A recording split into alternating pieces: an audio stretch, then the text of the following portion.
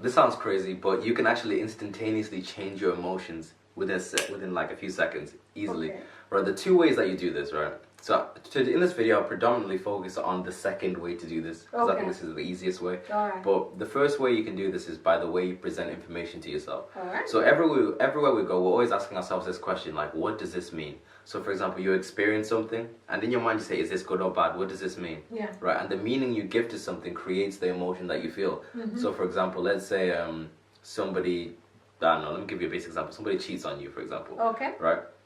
Something bad, that can be considered something bad, right? But it's the perception that you hold of it. Well, it is actually, because is, you're thinking, how can they do that? I have been faithful. Exactly, Yeah. right? It hurts, Yeah. However, people suffer much more than they have to because Okay. of the meaning that they give to that situation. Got it. So for example, so you could say like, you've been cheated on. Oh, he's cheated on me. Okay. Right? You could say, there are two meanings you can get from that. You can either say like, bam, this means that I am no good. This means that I am hideous. This means that I'm just unworthy. Yeah. Bam.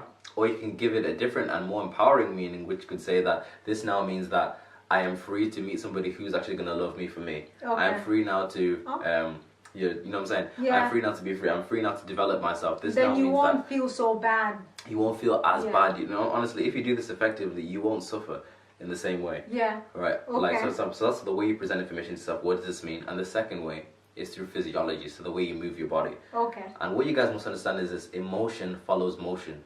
So it doesn't just happen. So for example, when somebody's feeling a certain way, it manifests in the body. So think about it. When someone's depressed, what do? Right, their head's down. Yeah. Right, their shoulders are hunched. Yeah. Right. Yeah. The movement is slower. It manifests in the body. Yeah. Right. The same thing when somebody's happy. What happens? Right. Yeah. Yeah. Shoulders relaxed. Yeah. Head up straight. Yeah. Bounce in the step. Okay. It manifests in the body. Like emotion follows motion. Okay. Right. So with this understanding, you realize that you can actually do it in reverse order. So you can change the way your body moves, and it will instantaneously change the way you feel. Oh, okay. Oh, The two are that's linked. interesting. Is that why they always say do exercise? Yeah, exercise is important, honestly, Yeah. because it's movement. Movement makes you Yeah. feel good.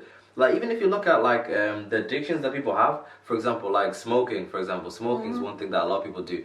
The smoking in and of itself, like the cigarette, isn't the thing that's making somebody feel relaxed, right? You may think like it's the nicotine that's making me feel good. It's Yeah. not the nicotine, because you're doing something with your body. So when you're smoking, you're inhaling, right? And when you inhale the smoke, what you're actually doing is you contracting your diaphragm.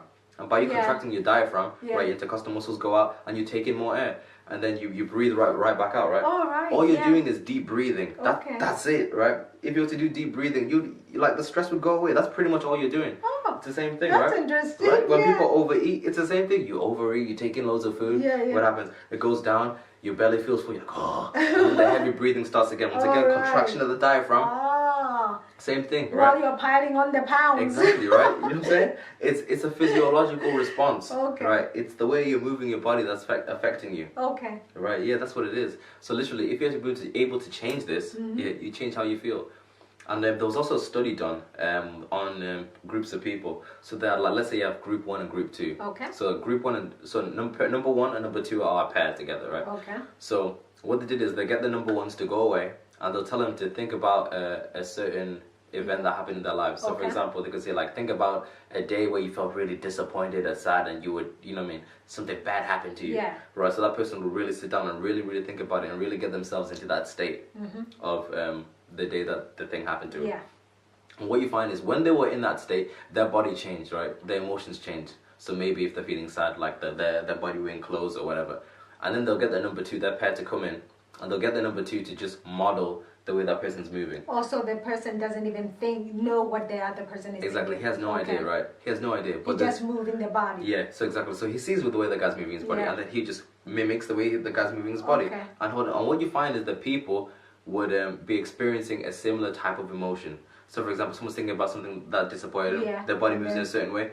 The second person will move the body in a certain way, and they'll do the similar thing in their mind. So they'll start thinking about something that disappointed them too. And 80 to 90% of the time, when both people were asked to describe their experience, they used the similar words. So they use the word, I was disappointed, and that happened to me, or I was very happy, right? Using similar words, Yeah. right? Emotion follows motion. The way you're moving your body is affecting the way you're feeling. Wow. So if you want to be more confident, Yeah.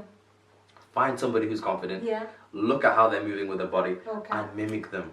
Oh, Mimic them. that's clever. Yeah, right. Yeah. You will feel it. Honestly, it's a pattern of movement Right. that does it. Like if someone's continuously depressed, or somebody's continuously down, Yeah. or somebody's continuously happy, it's a pattern of movement. It's the way you're moving your body consistently. I'm telling you. Oh, So alright. it's So yeah. yeah, so the more that you do it, but then of course you remember the first example you gave about Yeah. how you interpret something. Mhm. So in your mind's eye, then you're thinking, I am confident, Exactly. and then you Yeah. You know, follow it with motion. not quite. You can do it. You can do it that way if Yeah. you want, but that takes a lot more skill, Okay. a lot more practice. The easiest way is just move your body. Okay. Because this is the thing, right? Let's say like you're not feeling confident. Yeah. You find somebody who is confident. Model the way they move. Yeah. So head straight, shoulders back, whatever. Yeah. Walk with purpose, whatever. Yeah. Just by you doing that, you access the emotion of confidence. Right. And when you Okay. access the emotion of confidence, you have different thoughts. So your different emotional states bring about different thoughts. Yeah. So when you're fearful, Yeah. what happens? Oh right? yeah, you. Yeah, Yeah. exactly. You have the Yeah. thoughts that produce the Yeah. the action. yeah, the action, right? So you're fearful. Oh, I am in a fearful state. Yeah. What happens? You only have access to thoughts that are fearful. So you're like, oh no, I'm not good enough. Oh no, what if I fail? What if you know what I'm saying? Yeah. What if things go wrong? Yeah. But if you move with purpose, move with certainty, and you really do it, acting as if, shall we Yeah. say, you will begin to feel that way.